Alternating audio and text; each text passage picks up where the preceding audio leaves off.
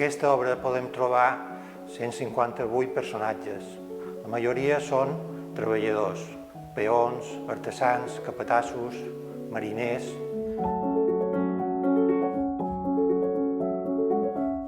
Però també hi trobam d'altres estaments socials, com burguesos, clergues o soldats.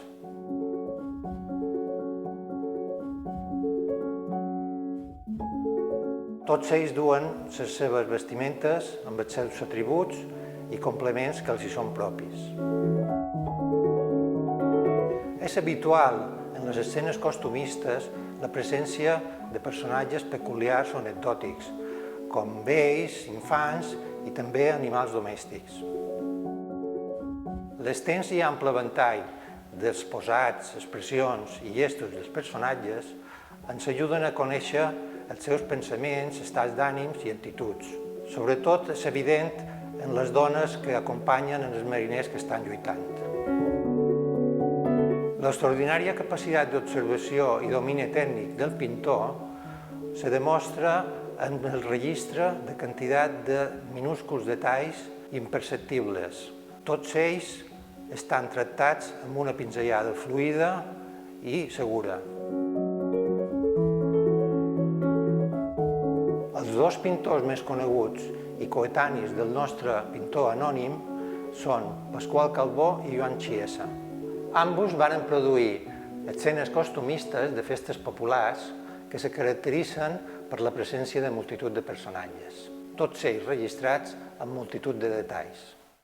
Especialment interessant és la semblança que trobam entre uns dibuixos d'oficis de Pasqual Calbó amb els mateixos temes representats en el quadre. Inclús ens podríem aventurar a afirmar que el pintor coneixia aquests dibuixos i que els va utilitzar com a model.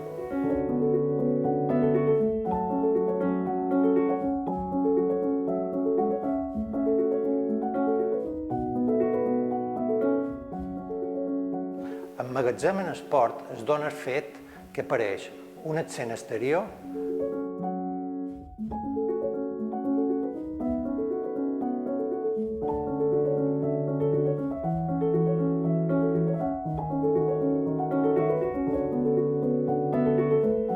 i una escena interior.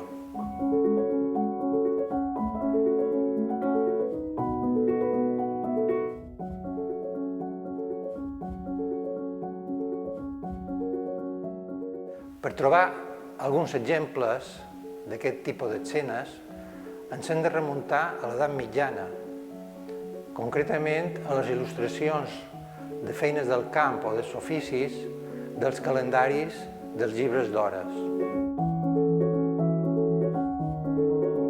La pintura de gènere va aparèixer en el segle XVI amb el pintor flamenc Pieter Bruegel el Vell. En aquesta obra del seu fill podem veure algunes edificacions en les que s'ha suprimit la façana per poder contemplar els interiors quotidians. No fou fins al segle XVIII que la pintura de gènere es va consolidar a Itàlia de la mà del pintor Pieter Longhi. No obstant això, a diferència d'Holanda, els personatges d'aquestes escenes són nobles o burguesos.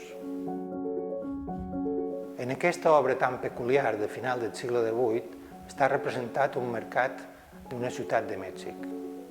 Com en el nostre quadre, darrere un primer pla, ple de figures, apareixen unes tendes en les que podem veure perfectament els seus interiors. Serà fora de l'àmbit de la pintura, i concretament en el segle XIX, en les publicacions d'enciclopèdies, revistes o manuals, on trobarem il·lustracions que representen processos artesanals o mig artesanals.